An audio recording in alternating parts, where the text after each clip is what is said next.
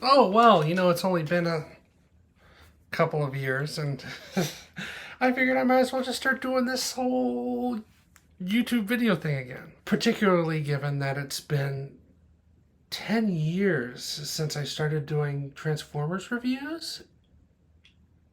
And, milestones are always a fun thing to celebrate. Plus, sometimes there's just that one figure that makes you think, I really want to talk about this. And that figure in particular today is, of course, Transformers Legacy United Voyager class animated universe Optimus Prime. Boy, that's a mouthful. But I'll take a mouthful of this any day.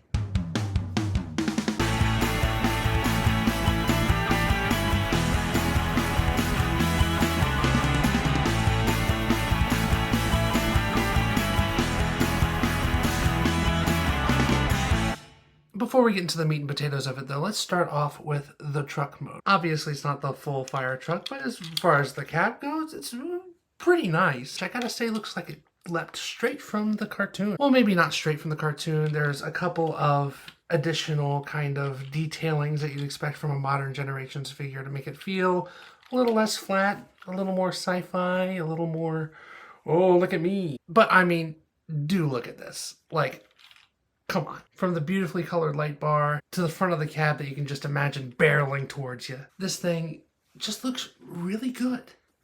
It's solid. I mean, a couple of caveats though. Like me, the backside's a little unflattering. But also, like me, that's something we don't need to focus on. Also, there's no real good accessory storage option in this mode. I mean, that's a bit ridiculous.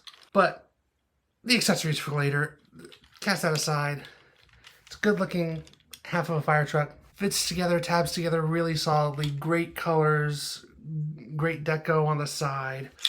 Wheels spin nice. And it's just overall a good time. And just for comparison's sake, here he is next to his little Legacy animated Bumble friend. I think they scale pretty nice. This guy's a bit small, but I think that kind of works pretty well for the both of them looking kind of, right with each other.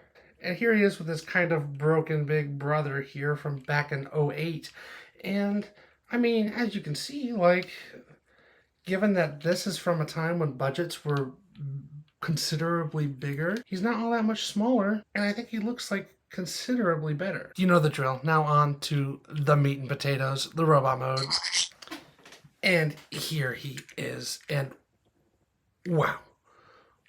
Woo, wow, wee, wow, wee, wow, wow. In a word, impressive. In hand, the first thing you notice is just how solid he feels. My man's got some wide shoulders there. Look at that face. Like, look at how well defined the face sculpt is, how excellent the paintwork is. It really does meet that perfect middle ground between modern evergreen generation stylings with that heavily exaggerated animated style. Always love a bold and brash Autobot sigil there. The shades of blue and red are a little bit more light and a little bit more subdued than on a lot of Optimuses, and it kind of adds to this kind of pastel feel to them. Of course, there are areas and stuff where they've hollowed out and everything, but it doesn't feel hollow. It feels solid.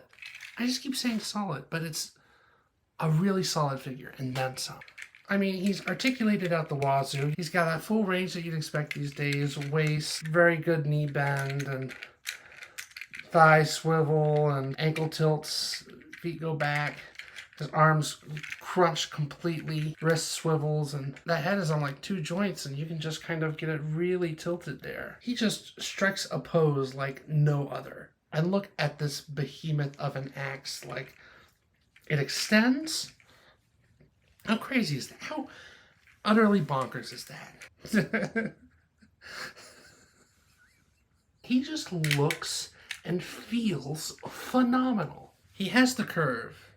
He has the charm. He has that kind of animated swagger. This is when the Generations line has found that perfect balance. That perfect balance of being able to bring in the animated aesthetic while still conforming a bit to their Generations guidelines to make sure everything fits together well. I just can't put into words what seeing this makes me feel. It just makes me feel great. Here he is again compared to his little Bumble friend, and I feel Bumblebee's a little bit small, but that's not Prime's fault. I feel like he scales pretty well with other deluxes. He feels kind of big for a Voyager these days. Like, here he is compared to Earthrise Optimus here, and you can see he's a little bit taller and definitely much more broad. And here he is compared to the original. The original is a little bit taller, but he's about as broad. And honestly, even though this captures like the animation model a lot more directly, as like a toy in the hand, this is just so much better. And that's even with me being nostalgically exuberant about this toy. Like, this is a good toy. New one's better though. And yeah, I know this has been a basic review. It's just been me gushing about this thing. And I can't even really put into words my gushy feelings about it. But from the proportions to the solid in-hand feel, to the transformation, where it is simple enough to be intuitive, yet complex enough to feel like you're actually doing something. Like, I don't have the Legacy animated Prowl, but I want to get him just as an accessory for this guy. Is that crazy to seek out and buy a $20 accessory? Just to complete the look on the shelf with him and Bumblebee, and heck, even maybe Bulkhead. We'll see. But yeah, first review in a while, and it's just me loving on this figure.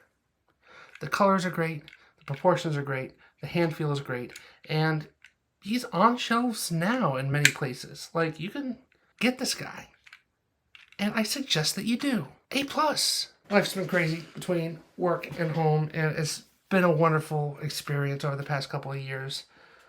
And that's kind of why I've had difficulty coming back to this. But you know what? I got so much back here. So much that I would love to talk about. And I think that I'm going to try to talk about it a little more. So thank you so much for coming along on this ride with me. And let's do it again sometime, yeah?